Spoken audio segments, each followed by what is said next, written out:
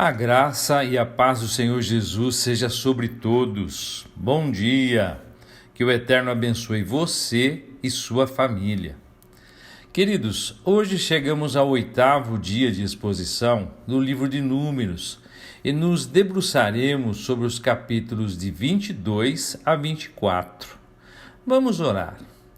Pai querido, muito obrigado por mais um dia de vida, de paz e de bênção por te conhecer, por poder entrar em tua santa presença.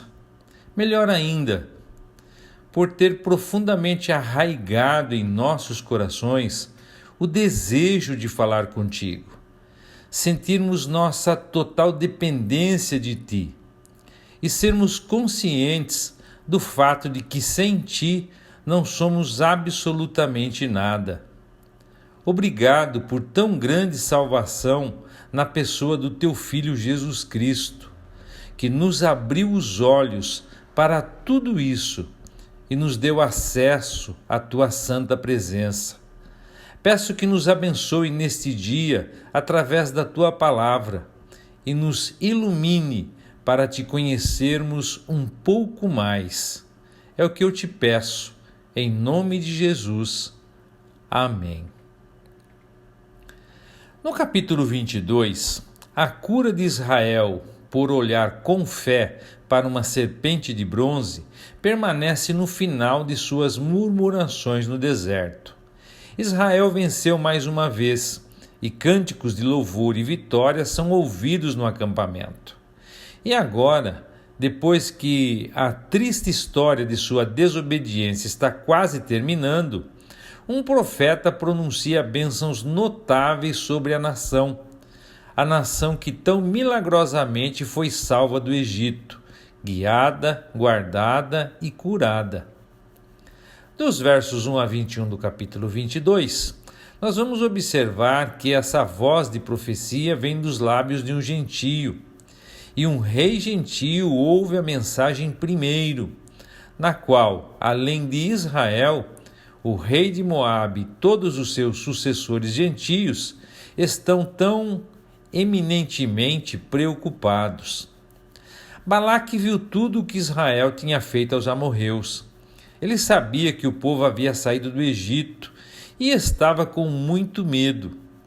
O destino dos egípcios e amorreus parecia predizer o seu próprio.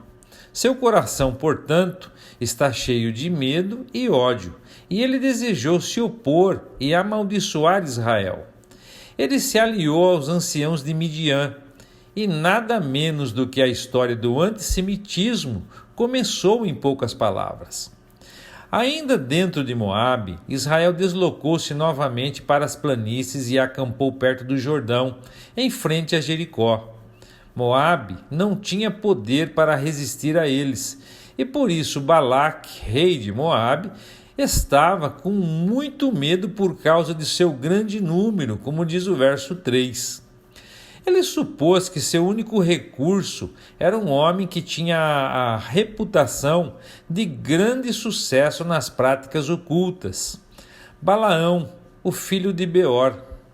Balaque então manda chamar Balaão, esse profeta e adivinho. Mas quem foi Balaão? Bom, vamos começar do seu nome, que é terrível, o devorador de pessoas. Seu pai, também com um nome bem significativo, Beor, que significa o consumidor, era nativo de Petor, uma cidade que significa interpretação. Balaão deve ter conhecido a Yahvé até certo ponto, pois ele pediu a Deus algo e Deus respondeu o seu pedido. Ao mesmo tempo, Balaão era conhecido por sua habilidade em amaldiçoar nações e por seu gosto por ouro, prata, em troca de seus feitiços e encantamentos. Ele pode ter praticado sua adivinhação por muitos anos, tornando-se rico com isso, quando provavelmente um dia ele ouviu falar de Yahvé, que havia feito tantas coisas pelo e entre o povo de Israel. Balaão poderia ter desejado o conhecimento de Deus, buscando revelações dele por causa do ganho. mas Yahvé revelou-se a ele. É muito significativo que Balaão seja mencionado na epístola profética de Judas, onde ele permanece como um tipo da grande apostasia no final desta era. Balaque é o representante das potências mundiais antissemitas e Balaão, o profeta indiferente, um tipo de cristandade apóstata, formando uma aliança contra Israel. Os mensageiros foram chamar a Balaão, que lhes disse para passar a noite, e então lhes daria uma resposta conforme o Senhor o instruísse. Deus então interveio, vindo a Balaão para perguntar quem eram esses mensageiros. Balaão responde que eles tinham vindo de Balaque, que queria que ele, Balaão, amaldiçoasse um povo vindo do Egito. Nem Balaque nem Balaão usaram o nome do povo de Israel, pois eles provavelmente temiam esse nome, que significa um príncipe de Deus. Mas Deus falou decididamente a Balaão: não ireis com eles, não amaldiçoareis esse povo, porque ele é abençoado. Balaão então disse aos mensageiros que o Senhor se recusou a lhe dar permissão para ir com eles. Eles voltaram para dizer a Balaque que Balaão havia recusado sua oferta. Balaque então enviou outros príncipes, mais honrados e numerosos do que o primeiro, para exortar a Balaão a não permitir que nada o impedisse de vir, e além disso, havia uma grande promessa de uma grande recompensa por tudo o que ele iria fazer. A resposta de Balaão a eles foi plausível, entretanto hipócrita, no sentido de que não importa quão grande seria a recompensa que Balaque lhe daria, Balaão não poderia ir além da palavra do Senhor seu Deus. Mas se ele realmente acreditasse na palavra do Senhor, ele teria dito imediatamente a eles que Deus já havia falado, e isso era definitivo. O povo não deveria ser amaldiçoado, pois era um povo abençoado. Mas, no entanto, com tudo isso, Balaão disse aos mensageiros que perguntaria novamente ao Senhor. Deus então interveio novamente, e porque Balaão denotou e demonstrou o desejo de querer ir, Deus disse a ele para fazer isso, mas que ele deveria falar apenas o que Deus lhe dissesse para fazer. Mas quão pouco Balaão sabia quais seriam as consequências de não obedecer à palavra de Deus. Se depois de Deus ter expressado sua vontade, ainda quisermos nosso próprio caminho, Deus provavelmente permitirá que sigamos o nosso caminho, para que possamos aprender pela experiência a tolice de nossa própria vontade. Dos versos 22 a 35, como Deus não pretendia que Balaão fizesse a jornada sem entender que ele estava desobedecendo sua palavra da maneira como havia dado no início, Deus, portanto, estava irado com Balaão. Ele fez com que o anjo do Senhor se interpusesse em seu caminho enquanto ele cavalgava numa jumenta. Ela viu o anjo com uma espada desembainhada e virou-se para o outro lado do campo. Balaão não viu o anjo e bateu com raiva na jumenta para fazê-la voltar à estrada. O anjo então tomou uma outra posição onde havia paredes de ambos os lados, e a jumenta, tentando desviar-se do anjo, esfregou o pé de Balaão contra essa parede. E novamente Balaão bateu na jumenta. O anjo então escolheu um local mais estreito ainda, onde a jumenta não poderia se desviar para qualquer lado, e ela simplesmente prostrou-se com Balaão montado sobre ela. Mas em vez de até mesmo questionar por que essas coisas estavam acontecendo, Balaão, de mau humor, bateu na jumenta com mais ênfase ainda. Então Deus colocou palavras na boca dessa jumenta, perguntando a Balaão por que ele havia batido nela 3 vezes. Mesmo diante desse milagre incrível, Balaão não se ligou que estava conversando com uma jumenta, como se conversa com um ser humano, pois ele respondeu com raiva as perguntas da jumenta e disse que gostaria de ter uma espada para matá-la. Embora Deus tenha dado a Balaão várias oportunidades de perceber que ele mesmo estava intervindo para despertar o bom senso em Balaão a respeito de sua própria tolice, Balaão era totalmente insensível a isso. O que é lógico não teria sido o caso se ele fosse um verdadeiro profeta que conhecia Deus. A jumenta voltou a falar com ele, perguntando-lhe se ela alguma vez em toda a experiência que ele tinha com ela, fizera o que fizera daquela forma. Ele respondeu que não, mas parecia ainda muito estúpido para perceber que havia uma razão especial para isso acontecer. Deus não estava em suas considerações. Finalmente o Senhor abriu os olhos de Balaão para que ele visse o anjo parado no caminho com uma espada desembainhada na mão. Em choque e terror, Balaão caiu de cara no chão. O anjo o reprovou por seu mau humor ao bater em sua jumenta, dizendo-lhe que se a jumenta não o tivesse evitado, ele teria matado Balaão e poupado essa jumenta. Que lição é esta, que o incrédulo é mais ignorante em relação a Deus do que uma jumenta? Balaão reconheceu que havia pecado, mas se deixou cair facilmente ao alegar sua ignorância do anjo que não sabia estar no caminho. Mas ele não ignorava o fato de que Deus o havia proibido de amaldiçoar Israel, e ainda assim se ofereceu para voltar se Deus estivesse descontente. Mas o anjo do Senhor disse-lhe para ir, no entanto, com a ordem absoluta de que falasse apenas o que o anjo dissesse a ele. Balaque então veio ao encontro de Balaão, protestando com ele porque não tinha vindo antes, já que ele, Balaque, era capaz de dar-lhe grande honra. Balaão respondeu que ele não tinha poder nem para falar, mas precisava receber suas palavras de Deus. Balaque então respondeu oferecendo bois e ovelhas, provavelmente como um suborno, para colocar o Deus de Balaão ao seu lado. No capítulo 23, as parábolas que Balaão é obrigado a dar pelo poder de Deus são divididas em 4 partes. Ele as pronuncia de 3 pontos, todos os topos de montanhas. O primeiro dos lugares altos de Baal, o segundo do cume de Pisga e o último de Peor. Nessas montanhas, Balaque e Balaão tinham uma boa visão do acampamento de Israel.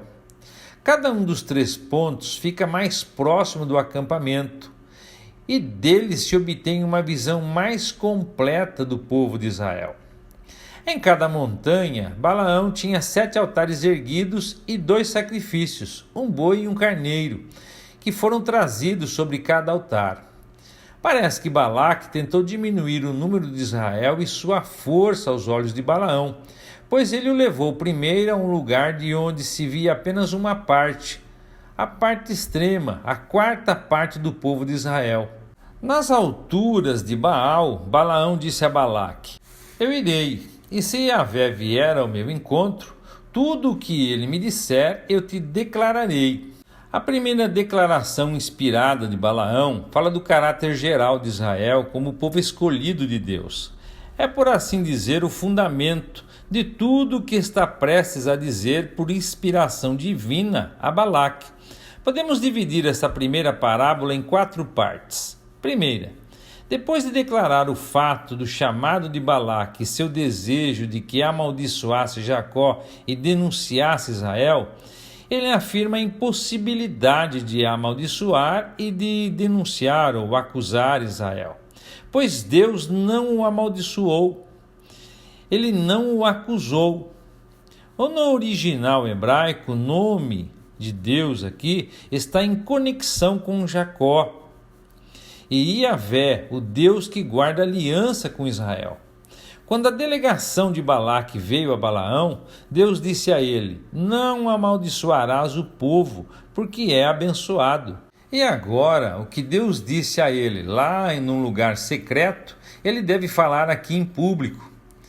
É verdade que encontramos por meio da palavra de Deus o bendito chamado de Israel, a semente de Abraão abençoada e para ser uma bênção. Quantos tentaram amaldiçoar a Jacó e acusar Israel? Eles nunca tiveram sucesso, pois a visão de Isaías se cumpriu em todas as gerações. Nenhuma arma que for achada contra ti prosperará, e toda língua que se levantar contra ti em julgamento, tu a condenarás.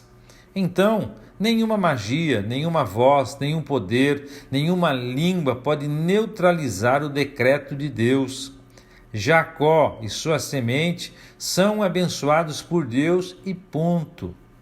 Segundo, Balaão contempla a quarta parte do acampamento israelita do topo das rochas, ou seja, da montanha, e vê uma segunda característica geral do povo, a saber que Israel deveria ser um povo separado. Israel é Ha'am, em bom hebraico, que significa a nação.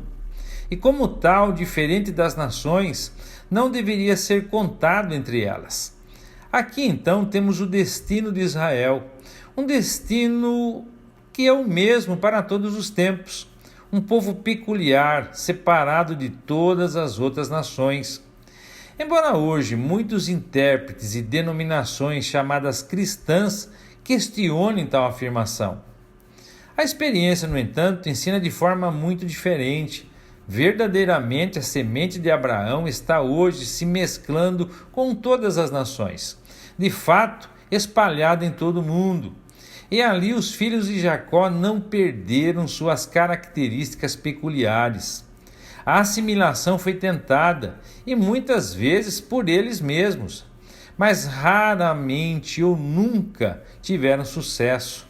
Deus manteve Israel como seu próprio povo separado tão verdadeiramente quanto ele separou e mantém para si, por seu Espírito Santo, um povo espiritual e celestial, a sua Santa Igreja. Em terceiro lugar, temos um maravilhoso aumento, pois Balaão profetiza: quem contou o povo de Jacó? A promessa a Jacó, quando ele saiu de Beer-sheva, foi: a tua semente será como o pó da terra. Representa então as promessas e bênçãos terrenas que são de Jacó. Que visão deve ter sido para Balaão e Balaque, parados ao lado de seus altares fumigantes? E lá embaixo, no deserto, tenda após tenda pode ser vista, mas ainda é apenas a quarta parte, e parece como o pó da terra. Um povo que passou por tantas aflições e punições, mas que apesar de tudo, era forte e numeroso como sempre. Ao olhar para o passado, um quadro ainda mais grandioso se apresenta a nós. Israel vagou por um deserto maior e por maiores aflições e punições do que nunca. Eles foram um povo espalhado e sofrido, mas quão maravilhosamente Deus os guardou. E mais do que nunca, eles são como pó, pisoteados, mas sempre crescendo e se multiplicando, para espanto de seus inimigos. Quem contou o pó de Jacó? Essa pergunta é frequentemente feita. Quantos judeus estão vivendo hoje no mundo? O fato é que ninguém parece ser capaz de obter um número exato de judeus vivos. Certamente eles estão aumentando rapidamente em toda a terra, e é mais verdadeiro do que nunca. Quem contou o pó de Jacó? Na quarta parte, nós temos a exclamação de Balaão, que constitui uma conclusão apropriada para a sua primeira parábola. Deixe-me morrer a morte de Jesurum, e que meu fim seja como o dele. Não pensamos que Balaão tivesse em vista tanto a morte física de Israel, quanto sua esperança num glorioso fim. O glorioso fim dos tempos, quando o Deus de Jesurum se revelará mais uma vez para a salvação de seu povo e trará vingança sobre seus inimigos. Daquele fim glorioso que é o de Israel, aquela manhã gloriosa após uma noite de tempestade e desastre, ele tem aqui o primeiro vislumbre. E em sua próxima parábola, o Espírito Santo coloca diante dele e diante de Balaque em detalhes. Resta apenas dizer que o conteúdo dessa primeira parábola é em parte uma repetição das promessas de Deus a Abraão. Mas agora a promessa não é dada a um membro da família de Abraão, mas colocada na boca de um gentio para transmiti-la a um rei gentio. Nos versos 13 a 26 do capítulo 23, embora muito indignado, Balaque ainda tinha esperança de que Balaão pudesse amaldiçoar Israel. Por isso pediu então a Balaão que fosse a outro lugar de onde pudesse ver, não apenas uma porção do povo, mas todos eles, para então dali amaldiçoá-los. Em seguida eles vão para o topo do Monte Pisga, nos campos de Zofim. Balaão, depois de ter encontrado com o Senhor, apressa-se de volta, e com um maior grau ainda de inspiração. Balaque certamente esperava uma mudança na mente daquele Deus cuja ajuda e auxílio Balaão deveria invocar. Talvez ele pensou que Deus iria mais uma vez, depois de um segundo pedido, permitir que Balaão, como na ocasião em que os príncipes de Balaque o procuraram, falasse uma palavra mais favorável. Mas em vez disso, com uma voz de comando e autoridade, pois assim deve ter sido, Balaão grita para Balaque se levantar e ouvir. Ele ouve agora que as promessas de Deus a Israel são imutáveis, nunca poderiam ser revertidas. A mesma verdade não temos só dos lábios de Balaão, mas também dos lábios de Paulo, o servo do Senhor, que depois de dar seu maravilhoso testemunho profético sobre sua amada nação judaica, exclama em exaltação: os dons e a vocação de Deus são sem arrependimento. Deus é sempre o Deus que guarda a aliança, e cada palavra que saiu de seu coração amoroso por meio dos profetas para seu povo Israel, ele ainda cumprirá. Balaque, em sua descrença e ignorância, bem como em seu ódio contra Israel, é infelizmente um triste tipo da cristandade apóstata, descrente das promessas do Deus de Abraão, ignorante de seus propósitos a respeito da nação de Israel e, portanto, desprezando e amaldiçoando aqueles a quem deveriam honrar e amar. Novamente, nesta parábola, notamos 4 pensamentos principais que agora nos trazem um passo mais perto de Israel, o chamado de Israel e o futuro de Israel. Assim como Balaão e Balaque estavam no topo da montanha de Pisga, mais perto do acampamento do que nas alturas do Monte Baal. A primeira parte, o primeiro pensamento: Deus não viu iniquidade em Jacó e nem maldade ou perversidade em Israel. Parece-nos um fato muito significativo que em todas as parábolas de Balaão o pecado e a culpa nunca são mencionados. No entanto, não diz aqui que Israel está sem iniquidade ou maldade, mas a declaração é que Deus não viu a iniquidade e não viu a perversidade em Israel, ou seja, Deus não levou em consideração. Verdadeiramente Israel pecou contra Deus durante suas viagens no deserto, mas em toda a sua iniquidade e perversidade, eles ainda são seus filhos amados, e a promessa é deles definitivamente, de que a semente de Israel só pode ser rejeitada por tudo o que eles fizerem, se os céus acima puderem ser medidos e os fundamentos da terra conhecidos abaixo, como diz o profeta Jeremias no capítulo 31, verso 36. Isso, é claro, significa que nunca acontecerá. Mas mais do que isso, pertence a Israel a promessa do perdão, quando de fato os olhos de Deus não verão a iniquidade em Jacó, nem ele verá a perversidade em Israel. Em Miqueias, no livro do profeta Miqueias, no último capítulo e os 3 últimos versículos, temos uma dessas doces promessas nacionais a Israel, onde se diz: quem é um Deus como tu, que perdoa a iniquidade e passa pela transgressão do remanescente de sua herança? Ele não retém sua ira para sempre, porque se agrada da misericórdia. Ele se voltará novamente e terá compaixão de nós. Ele pisará em nossas iniquidades e tu lançarás os teus pecados nas profundezas do mar. O segundo pensamento, nós observamos a declaração de Balaão. Yahvé, seu Deus, está com ele, e o clamor de um rei no meio dele. Isso foi verdade em parte quando Balaão olhou para o acampamento de Israel. Eu me pergunto se o olho profético de Balaão conseguiu penetrar naquela nuvem de glória que em todo o seu esplendor repousava no meio de Israel.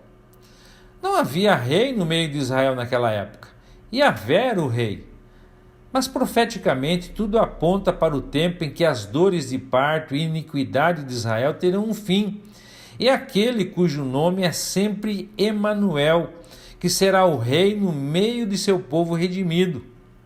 Então, a profecia de Balaão aponta para os reis dos reis, o Senhor Jesus. Nessa terceira parte, nesse terceiro pensamento, notamos que Balaão fala daquele ato de salvação, a redenção de Israel da casa do Egito, que permanece no Antigo Testamento como um tipo, não apenas de nossa redenção no sangue de Jesus, mas também como tipo daquele futuro ato de Deus, quando ele reunirá seus filhos rejeitados dos quatro cantos da terra. Observe Jeremias, capítulo 16. É importante que na próxima parábola Balaão repita as mesmas palavras, apenas em outra conexão. Conectado com o fato nesta parábola de que Deus tirou Israel do Egito, está a declaração de que não há encantamento contra Jacó e nem adivinhação contra Israel. O Egito poderia reter Israel por séculos, mas a maldade do Egito amadureceu e, quando chegou a hora, não havia poder no ar nem na terra que pudesse impedir a execução dos julgamentos de Deus sobre o povo do Egito e da misericórdia de Deus sobre Israel. Nenhum encantamento ou adivinhação jamais frustrará o plano de Deus.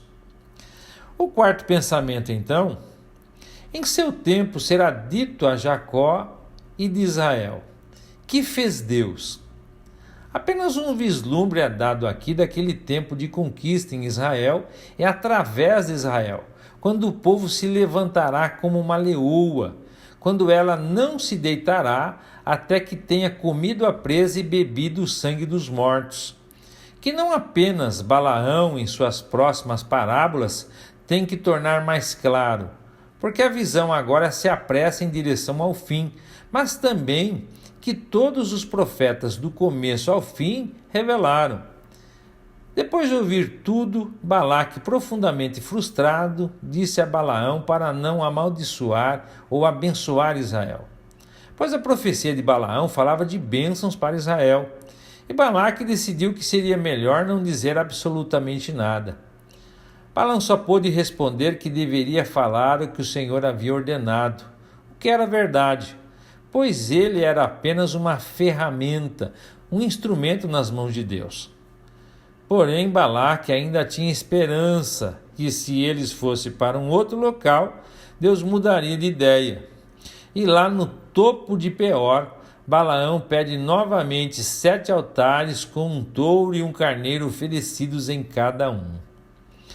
No capítulo 24, nós vemos que as parábolas de Balaão constituem a primeira grande declaração profética da Bíblia. Elas são notáveis em todos os sentidos. A linguagem é sublime. Um relutante profeta é forçado a dizer o que Yahvé colocou em sua boca. Aqui está uma dica de inspiração. Os pensamentos e revelações de Yahvé são colocados nos lábios de Balaão pelo Espírito de Deus, de modo que ele tinha que pronunciá-los. E como Moisés descobriu o que foi dito por Balaão? Balaque certamente não relataria as palavras a Moisés. Balaão não disse a Moisés. E o que aconteceu nos diferentes locais onde Balaque e Balaão estiveram não era conhecido por Israel. É lógico, o Espírito Santo deu o relato correto de tudo o que aconteceu e tudo o que foi dito ao seu servo Moisés. Nos versos 1 a 13 do capítulo 24, Pelo menos Balaão já tinha aprendido que o Senhor tinha um propósito imutável de abençoar Israel. Então, desta vez, ele sabia que era inútil buscar encantamentos, mas voltou seu rosto para o deserto, onde os filhos de Israel estavam acampados como ordenado por Deus. Então o Espírito de Deus tomou posse dele para transmitir outra profecia maravilhosa. Do topo de Peor, Balaão agora vê Israel habitando em suas tendas, de acordo com suas tribos. O Espírito do Senhor desce sobre ele. Não é mais para se encontrar com o Senhor e receber dele, mas o Espírito está sobre ele, e por meio do Espírito ele recebe uma revelação ainda mais elevada. Balaão está prostrado em êxtase, com os olhos abertos. Ele é forçado pelo Espírito de Deus a falar, e então proclama a vitória da nação de Israel e o que Deus fará entre eles. Primeiro nós notamos uma descrição de Israel: belas tendas, lindas moradas espalhadas como vales, jardins à beira do rio, aloés e cedros junto às águas, águas derramadas de seus baldes, sementes em muitas nações. Cada dia de sábado e em cada festa comandada por Deus, ao entrar na sinagoga, esta bela descrição da felicidade de Israel é cantada pelos judeus ortodoxos, crendo que brevemente esse dia chegará.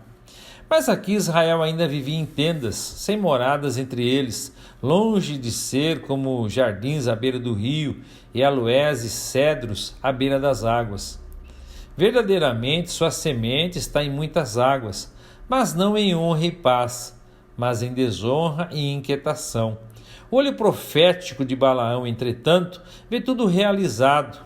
Ele salta séculos e séculos até o tempo do fim, quando a descrença de Israel termina e, mais uma vez, as tribos estão se reunindo para tomar posse da terra, sua herança gloriosa.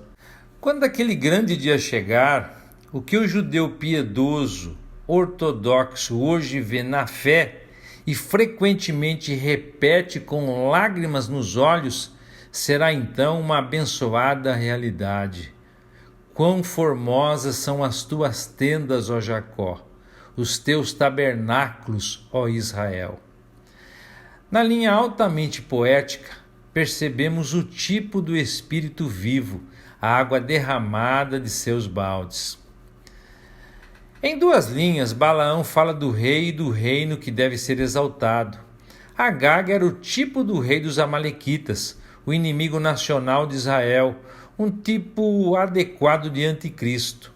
E aqui Balaão vê um rei vindo, que é mais alto do que Agag, do que todos os poderes que são antissemitas. E esse rei terá um reino que será exaltado. Perceba agora pela segunda vez a repetição: Deus tira do Egito. Mas depois dessa frase, diz que ele, quem Deus tira do Egito, tem a força como de um boi selvagem. O profeta muda suas palavras. Na segunda parábola, vimos que ele continua dizendo que não havia encantamento contra Jacó e nem adivinhação contra Israel. Enquanto isso aqui, nesse lugar, ele diz, depois de declarar que Deus o tira do Egito, que ele devorará as nações, seus adversários. Sim, ele quebrará seus ossos e os ferirá com suas flechas. Parece que na segunda parábola se refere ao Egito do passado, e nesta parábola é o Egito do futuro, como já citado por Jeremias, o reagrupamento do povo pela mão elevada e maravilhosa do Senhor. Conectado com esse segundo Egito, aquele grande dia e maravilhoso dia realizado por Yahvé, quando então toda a nação será redimida e cheia do Espírito. E ligado a isso está o julgamento das nações, que são os adversários de Israel. Há uma semelhança maravilhosa entre a história do Êxodo e a história futura de Israel. E as nações que ainda não são descritas nas páginas da história, e apenas visíveis aos olhos da fé na palavra do nosso Deus, que falará novamente e não guardará silêncio. As palavras, ele se agachou, deitou-se como leão e como a leoa o despertará. É uma citação da profecia de Jacó sobre Judá. Mas aqui é aplicada a toda a nação, que se tornará, por meio do leão da tribo de Judá, a leoa que se deitará e saltará sobre sua presa e beberá o sangue dos mortos. A última estrofe da primeira parte da terceira parábola é novamente uma repetição da promessa de Deus a Abraão, agora vista em seu cumprimento. Ambos declaram da boca de um inimigo quão seguramente, quão plenamente todas as declarações de Deus acontecerão. No entanto, a profecia até aqui ainda está incompleta. Algo está faltando que deveria ser dito. Passo a passo, o Senhor e o Espírito levaram Balaão à consumação, enquanto a raiva de Balaque se acendia, e como um maníaco delirante lhe bateu com os pés e apertou as mãos, clamando a Balaão: chamei-te para amaldiçoar os meus inimigos, e eis que tu os abençoaste totalmente 3 vezes. Foge, desaparece para o teu lugar. E enquanto Balaque lhe negava a honra que havia prometido, Balaão, em um desafio divino, volta-se mais uma vez para Balaque e diz: eis que estou indo para o meu povo, mas vem, e eu te contarei o que este povo fará ao teu povo nos últimos dias. Dos versos 15 a 25 do capítulo 24, nós temos a quarta profecia de Balaão. Esta é a parábola mais notável de Balaão e certamente é o próprio sopro de Deus. Ele se orgulha de conhecer o conhecimento do Altíssimo e ter a visão do Todo-Poderoso. Após esta introdução, ele fala novamente que o vê e que o contempla. No entanto, não agora e nem de perto. Lembramos que na primeira parábola ele disse da mesma forma no topo das rochas: eu o vejo, e das colinas eu o vejo ou o contemplo. Lá estava a nação, mas aqui é uma pessoa, a saber, o rei de Israel, cujo grito ele tinha ouvido antes entre o povo maravilhoso. A descrição desse rei vindouro é gloriosa. Primeiro ele o vê como uma estrela saindo de Jacó, e então ele o chama de cetro subindo de Israel, golpeando pelos lados de Moabe e se virando uns contra os outros, os filhos do tumulto. Em consequência disso, Edom torna-se sua possessão, da mesma forma Seir, e todos os seus inimigos foram conquistados, e Israel está com o rei e o faz valentemente. É uma profecia messiânica muito pronunciada relativa ao tempo em que o reino será restaurado a Israel. Também notamos que depois de ter tomado Edom e Seir como sua possessão, Balaão disse: sim, de Jacó um tem o domínio e destrói o que restou da cidade. Nessas palavras é feita referência ao seu reinado e governo na era vindoura. O ponto vital desta última parábola de Balaão é a profecia sobre o destino dos poderes gentios. Temos primeiro Moabe, que é ferido pelos lados. Os filhos do tumulto estão ligados a Moabe e que são lançados uns contra os outros: Edom e Seir, Amaleque, Assur, Éber e os navios vindo da costa de Quitim. Todas essas nações, tendo morrido, permanecem, no entanto, em relação muito pronunciada com o grande dia da ira do Senhor, quando aquele a quem pertence o direito aparecerá mais uma vez. Na verdade, eles parecem voltar à frente do último dia. Citaremos aqui uma passagem notável do profeta Jeremias, que se relaciona com Moabe. Está lá no capítulo 48, verso 46. Aliás, 47. Ainda assim, tornarei a trazer o cativeiro de Moabe nos últimos dias, diz o Senhor. No capítulo 49, também de Jeremias, verso 6, nós lemos: e depois trarei novamente o cativeiro dos filhos de Amon, diz o Senhor. E no verso 39 ele diz: mas acontecerá nos últimos dias que trarei novamente o cativeiro de Elão, diz o Senhor. Todas essas nações foram julgadas no passado e seus descendentes são difíceis de encontrar. Mas Deus sabe, e à sua própria maneira e a seu próprio tempo, que então ele terá cada uma de suas palavras cumpridas. Não há dúvida de que Assur representa o primeiro dos impérios gentios, isto é, a Babilônia, e Éber provavelmente o outro, o Medo-Persa, enquanto Quitim, as ilhas do oeste, representam o domínio grego e romano. Balaão então foi para casa, com o coração inalterado pela verdade que foi forçado a anunciar. E Balaque também partiu, um homem muito mais desesperado e triste. Muito embora ambos poderiam ter tido um destino melhor. E assim concluímos a exposição de hoje. Que o Eterno os abençoe e até amanhã, se Deus quiser.